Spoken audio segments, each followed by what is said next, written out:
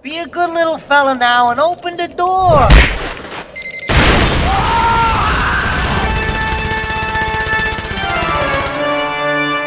Keep the change, you filthy animal. It was probably pretty easy for some of you guys to guess at least what the special was that I saw last night that I said. Those of you not in the know-how, I said the film's getting a cult following and it plays 24 hours right on Christmas Day. And of course the film's getting more and more known over the years than with A Christmas Story, directed by Bob Clark. Now, let me tell you something. I've seen like bits and pieces of A Christmas Story, especially the sticking the tongue to the flagpole scene, a lot as a kid. But never really had a chance to see the movie because, for one, my mom and dad hate the film. But it's more my dad that's the Scrooge rather than my mom. But let me get to this point. Essentially, most of you have at least got to know the plot of this. Ralphie, all he wants for Christmas is essentially a Red Ryder Carbine Action 200-shot range model air rifle. But everyone keeps telling him he'll shoot his eye out. Basically, the film is told through the perspective of the kid, but is narrated by the adult and just what he's thinking when he was young.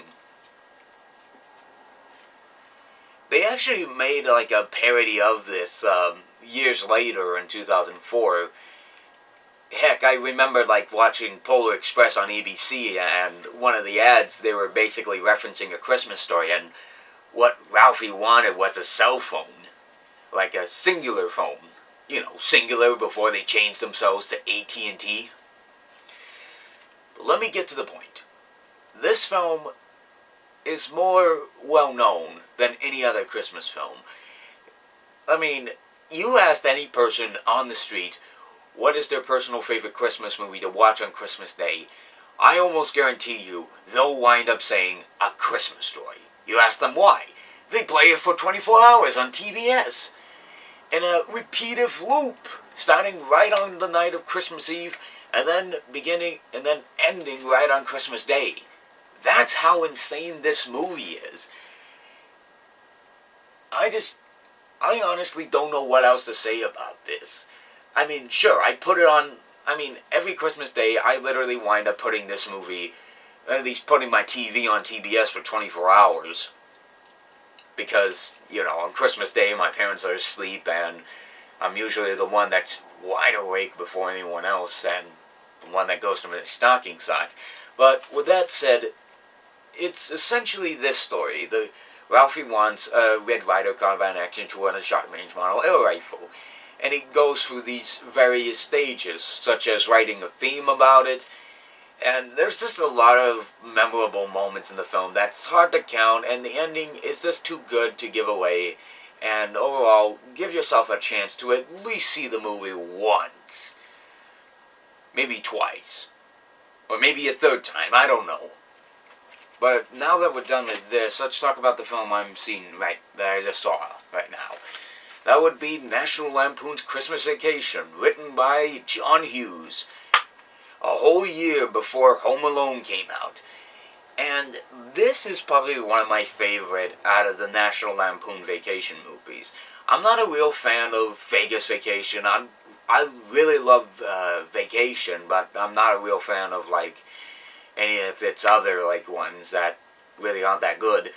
I mean, I loved Vacation. I loved the European Vacation. At least I sort of liked European Vacation. At least that one had Eric Idle in it. What do you have in this? Brian Doyle Murray. But essentially, if you know the Vacation movies, you know for a fact that Griswold tries as hard as he can to try to make any sort of vacation work out. But, you know, it always winds up not going in the right direction for him. It's absolutely hilarious, and he decides to sort of have like this good old-fashioned family Christmas. Such as basically like pulling out like a huge pine tree as their Christmas tree, or having both sides of the family spend the Christmas with them. While Clark's trying to get enough money for him to build a swimming pool in his backyard.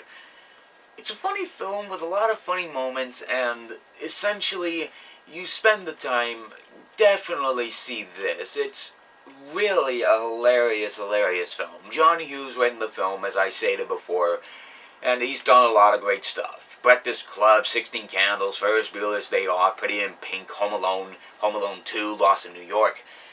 So, yeah, just go find this film. I'm pretty sure that easily, at least to my acknowledgement, last year this was up on Netflix. Don't know if they still have it now, but you ever get a chance, go rent the film, go buy it, whatever. I guarantee you, you won't be disappointed with this. So now that we're done with those two films, I can safely cross off 1, 2, 3, 4, 5 Christmas films off. So I guess maybe 4 more. I have no idea what I'm going to see tonight, but I think this is probably going to be a foreign film that absolutely, I believe, everyone should look at. It's based on a true story. It's set in the First World War, and some of you at least have got to know how World War I at least ended. So, with that said, see you guys for the new video, and of course some of you probably may have guessed it already what it is, so no point spoiling it here. Joyeux Noël. At least in French, that's Merry Christmas. So, goodbye.